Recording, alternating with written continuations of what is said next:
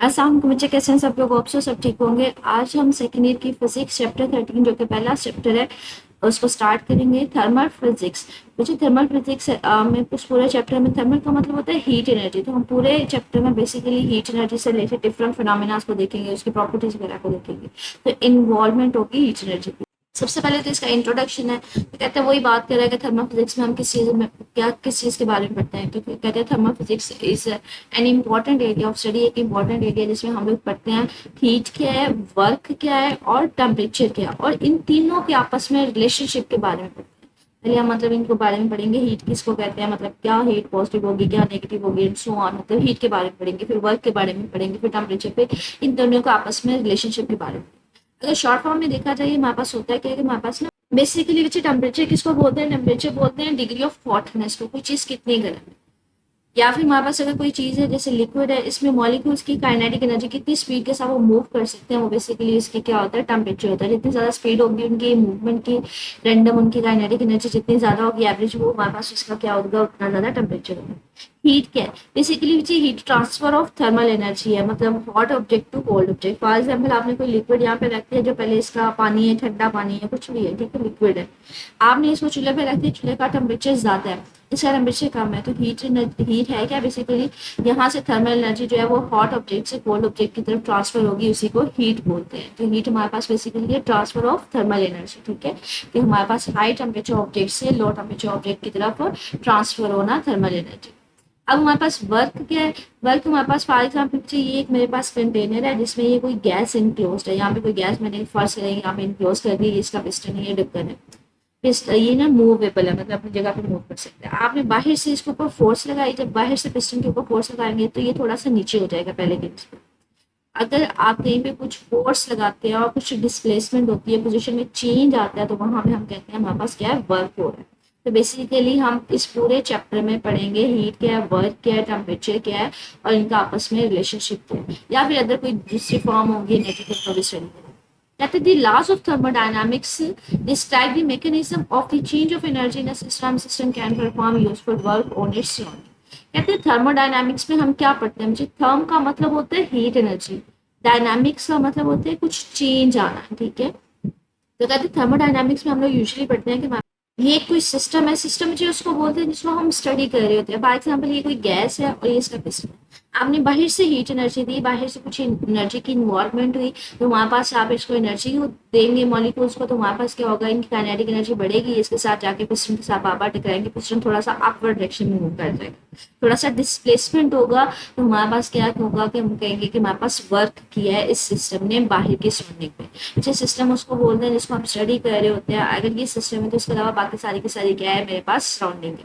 आप इसको heat energy देते हैं, हीट एनर्जी के रिजल्टेंट में ये बार जाके पिस्टन की काइनेटिक एनर्जी बढ़ेगी, पिस्टन के साथ कोलाइड करेंगे, पिस्टन थोड़ा सा अपवर्ड डायरेक्शन में मूव कर जाएगा, तो हम कहेंगे सिस्टम ने वर्क किया है बाहर की सराउंडिंग के ऊपर। क्यों? क्योंकि यहाँ पे कुछ ना कुछ पोजीशन में चेंज आया, तो इसी चीज को कहते हैं कि हम लोग फर्स्ट ऑफ थर्मोडायनामिक्स में पढ़ते हैं कि आपने कुछ चेंज इन एनर्जी, मतलब कुछ एनर्जी दी सिस्टम को और सिस्टम ने कुछ वर्क परफॉर्म किया, जैसे मैंने आपसे कहा कि वो थोड़ा सा एक्सपैंड कर जाता है, उसकी पोजीशन में चेंज आ जाता है ऑन इट्स सराउंडिंग। आगे कहते हैं हमारे पास लार्ज सिस्टम, यहाँ पे ना छोटी सी डेफिनेशन है, या फिर हमारे पास कह लें कि डिफरेंस है between macroscopic and microscopic system. Macroscopic बच्चे उसको बोलते हैं जो बड़े लेवल पे होता है, जिसमें ज्यादा चीजें कंसीडर की जा सकती है। माइक्रो जो होता है जो छोटा सा होता है। तो कहते हैं हमारे पास लार्ज सिस्टम उसको बोलेंगे जिसमें ज्यादा नंबर ऑफ एटम्स या मॉलिक्यूल्स होंगे, उसको बोलेंगे मैक्रोस्कोपिक सिस्टम। जैसे फॉर एग्जाम्पल मेरे पास ये है कि आपके पास ये कोई कंटेनर है जिसमें नंबर ऑफ मॉलिक्यूल्स है, नंबर ऑफ एटम्स हैं किसी गैस के, तो फिर ये क्या होगा, ये उसका मैक्रोस्कोपिक सिस्टम होगा। माइक्रोस्कोपिक सिस्टम बोलते हैं, कहते हैं जिसमें सिर्फ और सिर्फ सिंगल एटम या मॉलिक्यूल की बात की जाती है, वो हमारे पास उसका क्या होगा, माइक्रोस्कोपिक सिस्टम होगा। तो ये छोटा सा नन्ना मुन्ना सा शॉर्ट क्वेश्चन हो सकता है कि मैक्रोस्कोपिक सिस्टम क्या होता है। मैक्रोस्कोपिक होता है जिसमें आप पूरी गैस लेते हैं, उसमें नंबर ऑफ एटम्स और मॉलिक्यूल्स होते हैं। माइक्रोस्कोपिक में होता है सिर्फ आप सिंगल एटम या मॉलिक्यूल की बात करते हैं। कहते हैं जब हम मैक्रोस्कोपिक सिस्टम की बात करते हैं तो हम लोग ओवरऑल पूरी गैस की पूरे नंबर ऑफ एटम मॉलिक्यूल्स की हम लोग ओवरऑल बात करते हैं। हम उसके पूरे सिस्टम की बात करते हैं, उसकी प्रॉपर्टीज क्या पढ़ते हैं, हम लोग पढ़ते हैं उसका टेम्परेचर क्या है, उसका प्रेशर क्या है, उसका वॉल्यूम क्या है। हम ओवरऑल उसकी जो है ना वो सिस्टम की बात करते हैं। कहते हैं ये उसकी थर्मल प्रॉपर्टीज है ऑफ होल सिस्टम। मतलब हमारे पास क्या है कि इस तरह से अगर हम कोई सिस्टम लेंगे ना, मैक्रोस्कोपिक सिस्टम, जिसमें गैस होगी, पूरी नंबर ऑफ मॉलिक्यूल्स होंगे, एटम्स होंगे, तो हम इस पूरे सिस्टम के ओवरऑल प्रॉपर्टीज की बात करेंगे। हम कहेंगे इस गैस का ओवरऑल प्रेशर कितना है, ओवरऑल इसका वॉल्यूम क्या है, तो हम ये हमारे पास उसकी क्या होंगी, थर्मल प्रॉपर्टीज होंगी। तो वो यहाँ पे कहेंगे मैक्रोस्कोपिक में हम क्या करते हैं, हम ओवरऑल उसके प्रेशर की बात करते हैं, टेम्परेचर की बात करते हैं, वॉल्यूम की बात करते हैं। लेकिन कहते हैं हमारे पास क्या होता है कि लाइक कह लेंगे हमने यहाँ पे मॉलिक्यूल की, एक मॉलिक्यूल की नेचर या दूसरे मॉलिक्यूल के नेचर, मॉलिक्यूल के नेचर के बारे में उसको हम कंसिडर नहीं करते, उसके रेफरेंस से बात नहीं करते। मतलब हम ये नहीं बात करते एक यहाँ पे मॉलिक्यूल है तो उसका क्या है, मतलब पोजीशन क्या है, उसकी स्पीड क्या है, मोमेंटम क्या है। हम ओवरऑल पूरे के पूरे सिस्टम की बात करते हैं माइक्रोस्कोप में, ठीक है। तो हम मॉलिक्यूल की नेचर का हिसाब नहीं रखते, हम ओवरऑल पूरे सिस्टम की बात करते हैं, पूरे गैस का वॉल्यूम क्या है, प्रेशर क्या है। तो हम लोग इसमें reference to the nature of the molecular nature के बारे में बात नहीं करते। मतलब हम मॉलिक्यूलर लेवल पे एक एक मॉलिक्यूल के बारे में डिस्कस नहीं करते, पूरी गैस की बात करते हैं। मैक्रोस्कोपिक, सॉरी, माइक्रोस्कोपिक में क्या होता है बच्चे, माइक्रोस्कोपिक में हमने कहा था एक एटम की बात करते हैं, तो फिर हम उसमें पढ़ेंगे अगर एक एटम है तो उसकी फिर काइनेटिक एनर्जी कितनी है, वो कितनी स्पीड के साथ जा रहा है, उसका मोमेंटम कितना है। तो हम लोग अगर एक एटम की बात करते हैं, एक मॉलिक्यूल की बात करते हैं, तो फिर हम उसमें कौन सी प्रॉपर्टीज उसकी डिस्कस करते हैं, हम उसकी काइनेटिक एनर्जी की बात करते हैं कि वो कितनी एनर्जी कितनी स्पीड के साथ जा रहा है, उसका मोमेंटम क्या है, ठीक है। तो हमारे पास क्या होता है कि यहाँ पे कहते हैं अगर हम बात करें ना कि यहाँ तक आपका एक छोटा सा शॉर्ट क्वेश्चन जो है ना वो एंड हो जाता है। Difference between microscopic and macroscopic system. पहले माइक्रोस्कोपिक सिस्टम की आपने डेफिनेशन लिखी हुई है कि जिसमें आप नंबर ऑफ एटम्स और मॉलिक्यूल्स की बात करते हैं, फिर हम बता रहे हैं कि उसमें हम लोग ओवरऑल सिस्टम को डील कर रहे होते हैं, उसका प्रेशर, वॉल्यूम और टेम्परेचर की बात करते हैं। हम यहाँ पे इंडिविजुअल मॉलिक्यूल की बात नहीं करते, मॉलिक्यूल की बात नहीं करते। माइक्रोस्कोपिक सिस्टम उसको बोलते हैं जिसमें हम लोग सिर्फ एक सिंगल एटम या मॉलिक्यूल की बात करते हैं, हम उसकी कौन सी प्रॉपर्टीज देखते हैं, हम उसकी काइनेटिक एनर्जी या मोमेंटम देखते हैं। ये बात यहाँ तक एंड होगी। आगे कहते हैं हम थर्मल फिजिक्स में हम क्या करेंगे, हम लोग बेसिकली थर्मल फिजिक्स में हम क्या करते हैं, हम लोग मैक्रोस्कोपिक सिस्टम लेते हैं। हम लोग उसमें ना नंबर ऑफ पार्टिकल्स, एटम के मॉलिक्यूल्स लेते हैं, यूजुअली किस ऑर्डर का लेते हैं, हम लोग एवोगैड्रोस नंबर लेते हैं। जो एवोगैड्रो जो नंबर होते हैं ना, बेसिकली हमारे पास क्या होता है कि नंबर ऑफ एटम्स होते हैं ना, जिसमें काफी ज्यादा ह्यूज नंबर ऑफ एटम्स होते हैं। लाइक हमारे पास एक फिक्स नंबर होता है एवोगैड्रोस में, उसको हम लोग एवोगैड्रो नंबर, मतलब एवोगैड्रो नंबर का मतलब है वहां पे गैस के एटम के पार्टिकल्स की तादाद कितनी होगी, 6.02 मल्टीप्लाई 10⁻23। इतनी ज्यादा ह्यूज पार्टिकल्स हम लोग लेते हैं। 10⁻23 का आपको आइडिया होगा कि बहुत ज्यादा अमाउंट है हमारे पास, ठीक है, इतने ज्यादा पार्टिकल्स। तो हम लोग जब भी थर्मल फिजिक्स को डील करते हैं, हम बेसिकली मैक्रोस्कोपिक सिस्टम लेते हैं जिसमें लार्ज नंबर ऑफ पार्टिकल्स लेते हैं, ठीक है। वो कहते हैं ये लार्ज नंबर ऑफ पार्टिकल्स हम किसी भी स्टेट में ले सकते हैं, हम गैसियस स्टेट में ले सकते हैं, उसमें हम लिक्विड फॉर्म में भी ले सकते हैं, हम लोग सॉलिड, मतलब अगर हम सॉलिड में ले रहे हैं तो सॉलिड में इतने नंबर ऑफ आइटम्स मॉलिक्यूल्स की तादाद होगी, लिक्विड में ले रहे हैं तो इतने पार्टिकल्स की तादाद होगी, गैसेस में भी यही होगी। तो आप कोई सी भी स्टेट ले सकते हैं। We can extend it to electron motion in metals and neutron in neutron star. कहते हैं ये जो हम लोगों ने इनकी पार्टिकल्स की तादाद ली है ना, ये हमारे पास क्या होगा कि लाइक हमने कोई मेटल लिया, वहां पे ना नंबर ऑफ इलेक्ट्रोमेटल, इसमें क्या होता है कि जो इलेक्ट्रॉन्स होते हैं ना वो किसी एक एटम के साथ फिक्स नहीं होता, रैंडमली अंदर कहीं ना मूव कर रहे होते हैं, फ्रीली मूव कर रहे होते हैं। कहते हैं यहाँ पे हम लोग इलेक्ट्रॉन की मोशन को, इलेक्ट्रॉन की तादाद अगर हम मेटल में लेते हैं तो बहुत ज्यादा होगी, तो वहां पे भी इसको अप्लाई कर सकते हैं। यहाँ पे हमारे पास न्यूट्रॉन स्टार लेते हैं। ये बेसिकली ऐसा होता है कि जिसका जो स्कोर होता है ना, जो सेंटर होता है, उसमें ज्यादातर जो पार्टिकल्स होते हैं वो न्यूट्रॉन के होते हैं। तो उनको स्टडी करने के लिए भी हम लोग क्या करते हैं, वहां पे इसको ले सकते हैं। वहां पे भी इनकी पार्टिकल्स की तादाद जो होगी वो एवोगैड्रोस नंबर की होगी, ठीक है, बहुत ज्यादा हम तादाद लेते हैं। इसके अलावा कहते हैं थर्मल फिजिक्स में हम लोग बेसिकली पढ़ेंगे नॉलेज में मतलब काफी हद तक हमें आइडिया हो जाता है स्टैटिस्टिकल मैकेनिक्स का। इसके अलावा थर्मल फिजिक्स में हम काइनेटिक थ्योरी ऑफ गैसेस पढ़ेंगे। ये बेसिकली आगे फर्दर डिटेल में हमारे पास है, काइनेटिक थ्योरी क्या होती है, स्टैटिस्टिकल मैकेनिक्स बेसिकली क्या होता है, एक हिसाब की ना मैथमेटिक्स होती है जिसके लिए हम लोग सिस्टम के प्रेशर, वॉल्यूम और टेम्परेचर को कैलकुलेट कर रहे होते हैं। तो यहाँ पे ये कह रहे हैं कि जब हम थर्मल फिजिक्स को पढ़ेंगे तो हमें बेसिकली इन दो चीजों को भी पढ़ेंगे। नॉलेज ऑफ हमें स्टैटिस्टिकल मैकेनिक्स का भी आइडिया हो जाएगा, काइनेटिक थ्योरी ऑफ गैसेस का भी आइडिया हो जाएगा। ये सिर्फ और सिर्फ हमारे पास इंट्रोडक्शन था। आपने इसमें याद क्या करना है, यहाँ पे हमारे पास सबसे पहले थर्मल फिजिक्स की डेफिनेशन आ रही है यहाँ से लेके यहाँ तक के, जिसमें हम लोग थर्मल फिजिक्स में टेम्परेचर, हीट और वर्क के बारे में पढ़ते हैं, इनका आपस में रिलेशनशिप है, ये हम डेफिनेशन करेंगे। उसके अलावा लॉस ऑफ थर्मोडायनामिक्स आपको क्या बताते हैं कि बेसिकली हम बता रहे होते हैं कि आपने कुछ एनर्जी प्रोवाइड की, सिस्टम ने कुछ वर्क किया। ये हमारे पास एक छोटा सा शॉर्ट क्वेश्चन आ जाता है, या फिर हमारे पास शॉर्ट क्वेश्चन आ जाता है differentiate between microscopic and macroscopic system, तो ये इसके अंदर आ जाएगा, ठीक है। इसके अलावा बाकी पढ़ लीजिएगा, उसमें ऐसे कुछ याद करने वाला नहीं है, ठीक है। ये सिर्फ इंट्रोडक्शन। आगे हमारे पास मेन इसका फर्स्ट टॉपिक स्टार्ट हो रहा है ब्रोनियन मोशन। अब ब्रोनियन मोशन क्या कहते हैं? Brownian motion is the random and irregular motion of molecule in a gas. कहते हैं अगर कहीं पे कोई गैस होगी तो वहां पे मॉलिक्यूल्स होते हैं वो इररेगुलर, किसी उनकी मोशन जो होती है रैंडम होती है, किसी भी रैंडम होती है, किसी भी डायरेक्शन में होती है, तो फिक्स नहीं होती। इसको ऑब्जर्व किसने किया था, किस टाइम पे किया था? कहते हैं 1927 में एक साइंसदान था रॉबर्ट ब्राउन, उसने एक बॉटनिस्ट बॉटनिस्ट उसको बोलते हैं जो पौधों को स्टडी करता है, ठीक है, ऑब्जर्व किया था under microscope that tiny particles of the plant pollens plants पर moving around the liquid randomly, कि उसके अंदर जो कुछ पार्टिकल्स है वो रैंडमली मूव कर रहे थे। पहले तो उसने कहा था ये पार्टिकल्स डस्ट पार्टिकल्स हैं, बाद में उसने कहा नहीं ये डस्ट पार्टिकल्स नहीं बल्कि ये उसी के मॉलिक्यूल्स हैं जो रैंडमली मूव कर रहे हैं। मतलब हमारे पास कौन से, मतलब उसने ना स्टडी करा था कि जो कुछ पोलन ग्रेन्स थे जो पानी के अंदर उसने मतलब थे पानी के अंदर मौजूद थे, उसने उसको माइक्रोस्कोप के नीचे जब वो ऑब्जर्व किया उसने देखा कुछ पार्टिकल्स जो है ना वो रैंडमली किसी भी डायरेक्शन में मूव कर रहे थे। उसने कहा था ये कि हमारे पास ये पार्टिकल्स जो है ना ये डस्ट पार्टिकल्स है। बाद में उसने कहा ये डस्ट पार्टिकल्स नहीं है बल्कि ये हमारे पास इन्हीं ग्रेन्स के छोटे छोटे पार्टिकल्स हैं तो जो रैंडमली मूव कर रहे हैं। तो रैंडम आइडिया मूवमेंट का आइडिया इसी ने दिया था, इसी के नेम पे इसको नाम दे दिया गया ब्रोनियन मोशन का, ठीक है। तो अब इसी चीज को कह रहे हैं कि हमारे पास सपोज करें कि एक कंटेनर है, अगर आप इसमें कोई गैस पार्टिकल प्लेस कर देते हैं तो गैस पार्टिकल जो है वो रैंडमली मूव करते हैं, कोई किसी तरफ मूव कर रहा होता है, कोई किसी डायरेक्शन में मूव कर रहा हो, कोई अप साइड कोई अप डाउन साइड, और ये मुसलसल जब एक रैंडमली मूव कर रहे होते हैं तो एक साथ दूसरे के साथ टकरा भी रहे होते हैं। ये इसके साथ टकराएगा तो अपने डायरेक्शन चेंज कर जाएगा, फॉर एग्जाम्पल इसके साथ टकराएगा इधर चला गया, इसके साथ टकराएगा दूसरी डायरेक्शन में चला जाएगा। तो कहते हैं ये हमारे पास क्या करते हैं ये कोलाइड करते रहते हैं अदर मॉलिक्यूल्स के साथ, और जब भी कोलिजन करेंगे तो हमारे पास क्या होगा कि वो कुछ ना कुछ, फॉर एग्जांपल इसके साथ कोलाइड करेगा तो कुछ ना कुछ तो एनर्जी और मोमेंटम इसको ट्रांसफर करेगा ना अपनी, क्योंकि कोलिजन में कुछ ना कुछ लॉस ऑफ एनर्जी होता है। तो ये हम कहते हैं जैसे टकराएगा इसको कुछ ना कुछ अपनी एनर्जी ट्रांसफर करेगा। क्या क्या ट्रांसफर करेगा? एनर्जी ट्रांसफर करता है या फिर मोमेंटम। मोमेंटम का मतलब होता है बच्चे, momentum basically quantity of motion को बोलते हैं।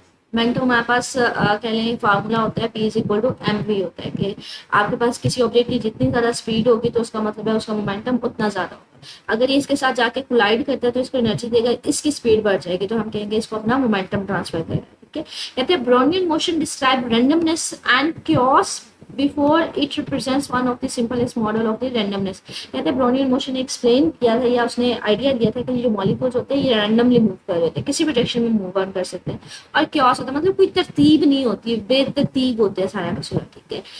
There are various reasons and causes of motion which are, कहते हैं ये जो इनकी रैंडम मोशन है इसकी डिफरेंट रीजंस हैं कि रैंडम मोशन होती है, तो वो उसके रीजंस क्या है सबसे पहले उसी चीज को बता रहा है। कहते हैं हमारे पास जो इनकी मोशन होती है या उस मोशन का कॉज होता है वो क्या है, वो बेसिकली रीजन उसके बता रहा है। सबसे पहले हमारे पास है, कहते हैं the size of the molecules inversely proportional to the molecule. अच्छा ये डिफरेंट मोशन का उसका ना बता रहा है कि मोशन किस टाइप की होगी, कैसी होगी, वो उसके कुछ पॉइंट्स बता रहा है कि वो हमारे पास सबसे पहला तो मैटर करता है आपके पास मैस। अगर हैवी मैस होता है ना मुझे, मतलब फॉर एग्जांपल एक हैवी ऑब्जेक्ट है और एक लाइटर सा ऑब्जेक्ट है, कहते हैं इनकी जो स्पीड होती है वो डिपेंड करती है, वो इनवर्सली प्रोपोर्शनल होते हैं इनके मैसेज के। अगर या साइज का हम कह सकते हैं कि जितना बड़ा साइज होगा उसकी स्पीड उतनी कम होगा, जितना लाइटर ऑब्जेक्ट होता है उसकी स्पीड उतनी ही ज्यादा होती है, वो जल्दी स्पीड के साथ मूव ऑन कर सकता है। तो इसी चीज को अगर स्मॉलर ऑब्जेक्ट होगा तो वो ज्यादा स्पीड होगी, और अगर हमारे पास हैवी ऑब्जेक्ट है तो उसकी स्पीड कम होगी। या फिर वो कहते हैं सपोज करें कि हमारे पास क्या है कि अगर प्लियन हो रही है, अगर हमारे पास यहाँ पे फॉर एग्जांपल ये कोई ऑब्जेक्ट है, ये इसके साथ कोलाइड कर रहा है और ये मैसिव ऑब्जेक्ट है, जब ये हमारे पास जब जाके कोई स्मॉल ऑब्जेक्ट इसके साथ कोलाइड करेगा तो अगर ये मैसिव ऑब्जेक्ट है तो इसका उस तरह से मोमेंटम जो है वो इंक्रीज नहीं होगा। मतलब जब इसके साथ जाके किसी हैवी ऑब्जेक्ट के साथ कोलाइड करता है तो इसकी इतनी ज्यादा स्पीड चेंज नहीं होती। लेकिन इसके कंपैरिजन में अगर यहाँ पे कोई छोटा ऑब्जेक्ट है वो किसी स्मॉलर ऑब्जेक्ट के साथ जाके कोलाइड करता है, जब इसके साथ कोलाइड करेगा इसको एनर्जी देगा तो उसकी स्पीड जो है वो ज्यादा जल्दी जो ज्यादा उसमें इंक्रीज आएगा। तो यहाँ पे ये कह रहा है कि जो ट्रांसफर ऑफ मोमेंटम होता है वो इनवर्सली प्रोपोर्शनल होता है to the mass of the particles. अगर जो कुलियन है वो किसी छोटे पार्टिकल के साथ जाकर कुलियन हो रही है तो वो छोटा पार्टिकल जो है उसकी स्पीड ज्यादा जल्दी चेंज होगी, वो मतलब ग्रेटर स्पीड ऑब्टेन करेगा कुलियन के रिजल्ट में। लेकिन अगर आप किसी हैवी ऑब्जेक्ट के साथ किसी हैवी पार्टिकल के साथ कोलाइड करोगे तो उस पार्टिकल की स्पीड इतनी ज्यादा चेंज नहीं होती, ठीक है। तो ये डिपेंड करता है आपके पास साइज कितना है, जितना स्मॉलर साइज होगा उसकी स्पीड उतनी ज्यादा होगी। अगर हैवी साइज है तो हमारे पास उसकी स्पीड क्या होगी, वो कम होगी। अगर आप कोलाइड कर रहे हैं किसी हैवी ऑब्जेक्ट के साथ तो हैवी पार्टिकल या हैवी ऑब्जेक्ट की स्पीड जो होती है वो उतनी ज्यादा चेंज नहीं होती। अगर आप छोटे से पार्टिकल के साथ आप कोलाइड करते हैं स्पीड बहुत ज्यादा चेंज हो जाती है, ड्रास्टिकली चेंज हो जाती है। इसके अलावा कहते हैं जो स्पीड ऑफ पार्टिकल्स है वो इनवर्सली प्रोपोर्शनल होती है viscosity of the fluid. Viscosity जितनी ज्यादा होगी उतनी हमारे पास उसकी स्पीड क्या होगी, कम होगी। तो इनवर्सली प्रोपोर्शनल होता है, ठीक है। जो एक चीज बढ़ेगी तो दूसरी कम हो जाएगी। Low viscosity of the fluid results in faster Brownian motion, मतलब मूवमेंट। जितनी विस्कोसिटी कम होती है उतनी ज्यादा उनकी मूवमेंट ज्यादा होती है। बेसिकली विस्कोसिटी हमारे पास होती क्या है, ये हमारे पास ना विस्कोसिटी हम कहते हैं मैयर होते हैं फ्लूइड रेजिस्टेंस टू फ्लो, कि फ्लूइड जो है वो कितना इजीली फ्लो कर सकता है। अब वाटर जो होता है उसके, या फिर इसको ना आसान अल्फाज में थिकनेस के साथ रिलेट कराया जाता है, कितना गाढ़ा पानी। जो लिक्विड है जैसे पानी है वो इतना ज्यादा उसकी रेजिस्टेंस नहीं होती तो वो इजीली फ्लो कर जाता है, उसकी विस्कोसिटी जो होती है हमारे पास कम होती है। लेकिन उसके अगर मुकाबले में हनी को देखा जाए तो जो हनी हमारे पास ज्यादा खड़ा होता है तो आपने देखा होगा वो इजीली फ्लो नहीं कर रहा होता, वाइस ऐसा जो है ना हमारे पास फ्लो कर रहा होता है, तो हम कहते हैं इसकी विस्कोसिटी ज्यादा होती है। तो जितनी ज्यादा यहाँ पे क्या होता है कि विस्कोसिटी एक ज्यादा क्यों होती है, यहाँ पे जो हनी है इसके दरमियान जो फोर्सेस लेयर्स होती है ना उसके दरमियान रेजिस्टेंस हमारे पास ज्यादा होती है, तो हम कहेंगे हमारे पास यहाँ पे विस्कोसिटी ज्यादा होती है। तो basically fluid resistance to flow, क्योंकि वो कितना हमारे पास इजीली फ्लो कर सकता है उसकी विस्कोसिटी उतनी कम होती है, ठीक है। और जितना हमारे पास इजीली फ्लो नहीं कर सकता उसकी विस्कोसिटी उतनी ज्यादा हाई होती है। और यहाँ पे देखिए इजीली फ्लो कर सकते हैं तो इसका मतलब है यहाँ पे मॉलिक्यूल्स की मोशन ज्यादा है, वो इजीली रैंडम मोशन ज्यादा होगी, वो इजीली मूव कर सकते हैं मॉलिक्यूल्स। यहाँ पे अगर ज्यादा विस्कोसिटी है मतलब वो ज्यादा इजीली फ्लो ही नहीं कर सकता तो मॉलिक्यूल्स की मोशन भी क्या होगी, वो कम होगी। तो यहाँ पे इसी चीज को बता भी रहा है, विस्कोसिटी की डेफिनेशन भी वो दे रहा है कि विस्कोसिटी बेसिकली होती क्या है, ये इंटरनल फ्रिक्शन होती है इन फ्लूइड के। अगर आप कोई फ्लूइड ले रहे हो, फ्लूइड यूजुअली आप उसको फ्लूइड उसको बोलते हैं फिजिक्स में जो कोई भी चीज फ्लो कर सकती है, उसमें गैसेस भी आ सकते हैं, उसमें लिक्विड्स भी आ सकते हैं। जैसे मैंने आपसे कहा फ्लूइड है, जैसे लिक्विड की बात करें तो यहाँ पे ये वाटर इसमें फ्लूइड आ जाएगा, इसमें हनी भी, मतलब जो फ्लो कर सकती है। हमारे पास यूजुअली तो फ्लूइड हम लिक्विड के फॉर्म में ही लेते हैं, लेकिन फिजिक्स में दोनों चीजें ली जाती हैं। फ्लूइड में आप गैसेस भी लेते हो, आप इसमें लिक्विड्स भी लेते हो। मतलब गैस भी क्या होती है एक जगह से दूसरी जगह मूव कर सकती है। जैसे आप स्प्रे करते हो, आप कोई परफ्यूम लगाते हो एक कॉर्नर में रोक के खड़े होकर, थोड़ी देर बाद परफ्यूम की जो खुशबू है वो दूसरे कॉर्नर से भी आ रही होती है, तो वो बैग के दूसरी साइड पे जा रही होती है, मॉलिक्यूल दूसरी साइड पे जा रही होती है। तो कहते हैं बेसिकली विस्कोसिटी क्या होती है, इंटरनल फ्रिक्शन होती है, मतलब इंटरनल रेजिस्टेंस होती है। It represents the resistance to flow fluid. वही अगेन जो मैंने आपको डेफिनेशन बता दी है कि कितना जो है वो हमारे पास मेजर होता है कि रेजिस्टेंस कितनी है कि उसको फ्लो करने में। फॉर एग्जाम्पल इसकी रेजिस्टेंस कम होती है, पानी इजिली फ्लो कर जाता है। यहाँ पे हनी जो है वो इजिली फ्लो नहीं कर सकता, तो हमारे पास हनी की विस्कोसिटी क्या होगी, ज्यादा होगी। कहते हैं ब्रोनियर movement causes the molecules to in a fluid to be constant motion। वही अगेन हमने कहा था कि ब्रोनियर मोशन में ये आइडिया देते थे पार्टिकल्स होते हैं वो हमेशा रैंडम मोशन में, मतलब अगर कहीं पे भी कोई पार्टिकल्स होंगे वो रैंडमली मूव कर रहे हैं। अच्छा, इस टॉपिक से रिलेटेड एक्सरसाइज में कोई डायरेक्ट क्वेश्चन तो नहीं, ये भी काइंड ऑफ इंट्रोडक्शन है, सिर्फ और सिर्फ ये बता रहे हैं कि हमारे पास मॉलिक्यूल्स होते हैं या पार्टिकल्स होते हैं वो हमेशा रैंडम मोशन में होते हैं। रॉबर्ट ब्राउन ने इसका आइडिया दिया था, तो वो जैसे एक इंट्रोडक्शन दे रहा है कि गैस में हमेशा पार्टिकल्स होते हैं वो रैंडम मोशन होते हैं, जिगजैग मोशन होती है। जिगजैग मोशन होती है मतलब किसी भी डायरेक्शन में ये जा रहा है। फॉर एग्जांपल ये इसके साथ जाता है, इसके साथ टकराता है, इधर से इधर हो जाएगा, इसके साथ टकराएगा, इधर से इधर हो जाएगा, या इधर पार्टिकल आ रहा है इसके साथ टकराएगा, मे बी वो रास्ता इधर चेंज कर ले फिर इधर चेंज कर ले, तो इस तरह के मोशन को रैंडम मोशन कहते हैं। आप जिगजैग या उनकी रैंडम मोशन जो है वो डिफरेंट उसकी रीजंस हो सकती है, वो उसके बारे में डिपेंड करेगा कि अगर फॉर एग्जांपल पुलियन हो रही है स्मॉलर ऑब्जेक्ट के साथ तो इसकी स्पीड ज्यादा होगी, वो ज्यादा स्पीड के साथ आगे ट्रांसफर हो जाएगा। हैवी ऑब्जेक्ट के साथ ट्रैवल करेगा तो ज्यादा नहीं होगी। तो ये आपके पास लॉन्ग क्वेश्चन बन सकते हैं, समटाइम बोर्ड में याद रखिएगा। कोई ऐसे क्वेश्चन भी आ जाते हैं जिनको हमने एक्सपेक्ट ही नहीं किया होता है कि वो लॉन्ग क्वेश्चन में आ सकते हैं, ठीक है। जैसे इस दफा हमारे पास सेकेंड ईयर में ऐसे लॉन्ग क्वेश्चन आए हैं, जैसे पोलराइजेशन जो छोटा सा नन्ना मुन्ना सा टॉपिक है उसको एक्सपेक्ट नहीं किया जाता है कोई लॉन्ग क्वेश्चन में, तो आपने इसको तैयार तो करना है, याद तो करना है। तो ब्रोनियन मोशन जो है इसको एज अ लॉन्ग भी करेंगे, इसको एज अ शॉर्ट भी करेंगे, ठीक है। कि एमसीक्यूज के बारे में आइडिया आ जाएगा कि रैंडम मोशन का आइडिया किसने दिया था, ब्रोनियन ने दिया था, उसको डिटेल में देखेंगे। तो स्टार्टिंग में देखेंगे कि वो किस चीज़ को स्टडी कर रहा था, किस साल में उसने स्टडी किया एंड सो ऑन, ठीक है। और उसको जो रैंडम मोशन होती है वेरियस रीजंस क्या होती हैं हमारे पास रैंडमनेस की, तो वो हमारे पास इसके ये पॉइंट्स आते हैं। ओवरऑल लॉन्ग क्वेश्चन में आप इसको देख लेंगे कि ब्रोनियन मोशन होती क्या है, किसने आइडिया दिया था, जो मोशन हमारे पास है उसके रीजंस क्या हो सकते हैं। तो ओवरऑल ये लॉन्ग, ठीक है। मजीद बच्चे कुछ पूछना हो कमेंट सेक्शन में पूछ लीजिएगा। ओके, अल्लाह हाफिज़।